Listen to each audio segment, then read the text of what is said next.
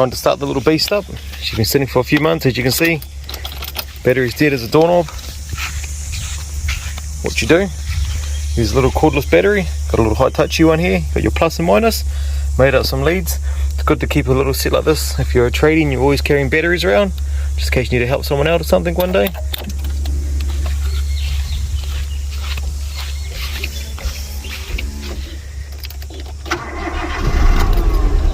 Too easy. She's running a little bit rough though, the old girl. Coughing away. Old school.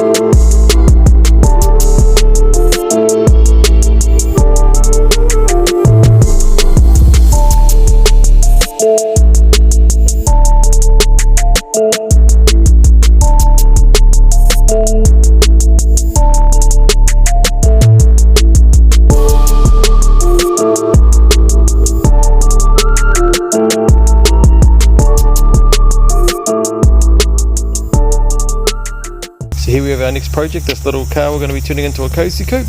That's what everyone voted for on Instagram, so let's do what the people wanted. Personally, I was hoping people would go for the cut the roof off and turn it into a ute, and then we could have used it around here at home. But anyhow, we'll turn it into a cozy coupe, and then later on we'll give it away to some charity or to some organisation to do with kids. Should put a smile on a lot of people's faces. So anyhow, what we'll be doing is, first thing is pulling the wheels off, putting new ones on. We've got the 17s, and then we'll be making up just random arms. This car doesn't really drive that well. It's pretty much destined for the scrap heap, so it's not I don't think it'll ever be road legal. It's not worth spending the money on it for what it's worth, but it'll be a cool little car for events and parking up, and should give a lot of kids a lot of smiles. Here we have the wheels going on the cozy coupe. They're sort of a replica of the wheels that are on the actual little cars, so that's why I went for this mag design. They're not the nicest looking wheel, but as I say, it was the biggest wheel I could get in a 4x100 with a big dish like that. About a 90mm dish on them, so quite a big dish on it. So anyhow, the 17x8.5, we had to run a 195/35 tyre. I really wanted a thinner tyre because I want this car really low. But as you can see, it's pretty thin to start with. My brother was just reminded me a little while ago, because I wanted to do 185s on them, but he was saying that when he done a 185 on a rim this size, when you turn the car on full lock, basically the rim was touching the ground. So I still want to drive this car, so it won't be driven on the road as such, but we still want it safe enough to be able to take people around Hampton Downs on those caffeine and gasoline days or chrome events and whatnot. So that's the specs of the wheels. So let's bang them on and see what we got to do to the suspension. Hopefully they fit because of the big dish and the spoke design. Not too sure if they're going to hit the brakes or not, so we'll soon see. Wheels are all on. We're in a bad fitment. Pretty good guess. So the fronts stick out quite a bit, as you can see. Not too bad though. By the time you camber this thing out, they'll fall in quite well, so just be a guard pull. I thought I was going to have to make some steel flares. As for the back, not as bad as it looks. So by the time you camber that and lower it, just be some mild guard work, I think.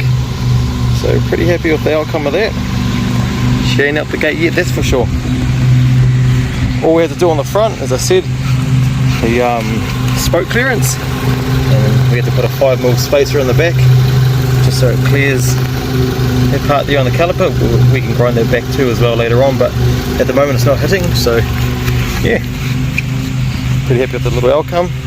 It's actually starting to look like a little cozy coupe just with the wheels alone on it. So once it's all painted up and got all the graphics on it and slammed to the weeds, I think it's actually going to all come to plan.